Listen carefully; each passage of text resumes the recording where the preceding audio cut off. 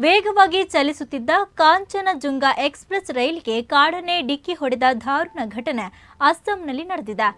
ರೈಲು ಡಿಕ್ಕಿ ಹೊಡೆದ ರಭಸಕ್ಕೆ ಆನೆ ಗಂಭೀರವಾಗಿ ಗಾಯಗೊಂಡಿತ್ತು. ರೈಲಿನ ಹಳಿ ಮೇಲೆ ಬಿದ್ದಿದ್ದ ಆನೆ ಎದ್ದೇಳಲು ಹರಸಾಹಸ ಪಟ್ಟಿದೆ. ಅಸ್ಸಾಂ ಮೋರಿಗಾಂವ್ನಲ್ಲಿರುವ ಜಾಗಿ ರೋಡ್ ರೈಲ್ವೆ ನಿಲ್ದಾಣದ ಬಳಿ ಈ ದುರ್ಘಟನೆ ಸಂಭವಿಸಿದೆ. ಘಟನಾ ಸ್ಥಳಕ್ಕೆ ಅಧಿಕಾರಿಗಳು ಭೇಟಿ ನೀಡಿದ್ದು ಅಪಘಾತದಲ್ಲಿ ಗಂಡು ಆನೆ ಸಾವನ್ನಪ್ಪಿರುವುದನ್ನು ಖಚಿತಪಡಿಸಿದ್ದಾರೆ. ರೈಲಿಗೆ ಡಿಕ್ಕಿ ಹೊಡೆದ ಕಾಡಾನೆ ಸ್ಥಳದಲ್ಲೇ ನರಳಿ ಪ್ರಾಣ ಬಿಟ್ಟಿದೆ.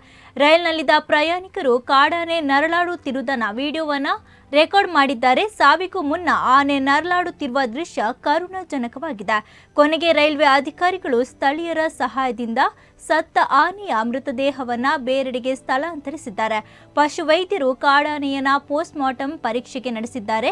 ಅಸ್ಸಾಂ ಅಭಯಾರಣ್ಯದಲ್ಲಿ ಬಹಳಷ್ಟು ಕಾಡಾನೆಗಳು ವಾಸಿಸುತ್ತಿವೆ. ದೇಶದಲ್ಲಿ ಕರ್ನಾಟಕ ಹೊರತುಪಡಿಸಿದರೆ ಅತಿ ಹೆಚ್ಚು ಆನೆಗಳ ವಾಸ ಇರುವುದು ಅಸ್ಸಾಂ ರಾಜ್ಯದಲ್ಲಿ. ಆನೆಗಳು ರೈಲಿಗೆ ಡಿಕ್ಕಿ ಹೊಡೆದ ಹಲವಾರು ಘಟನೆಗಳು ಈ ಪ್ರದೇಶದಲ್ಲಿ ನಡೆದಿದ್ದು, ಇದಕ್ಕೆ ಅಗತ್ಯ ಕ್ರಮ ಕೈಗೊಳ್ಳುವ ಅಗತ್ಯವಿದೆ ಎಂದು ಸಾಮಾಜಿಕ ಜಾಲತಾಣದಲ್ಲಿ ಒತ್ತಾಯ ಕೇಳಿ ಬಂದಿದೆ.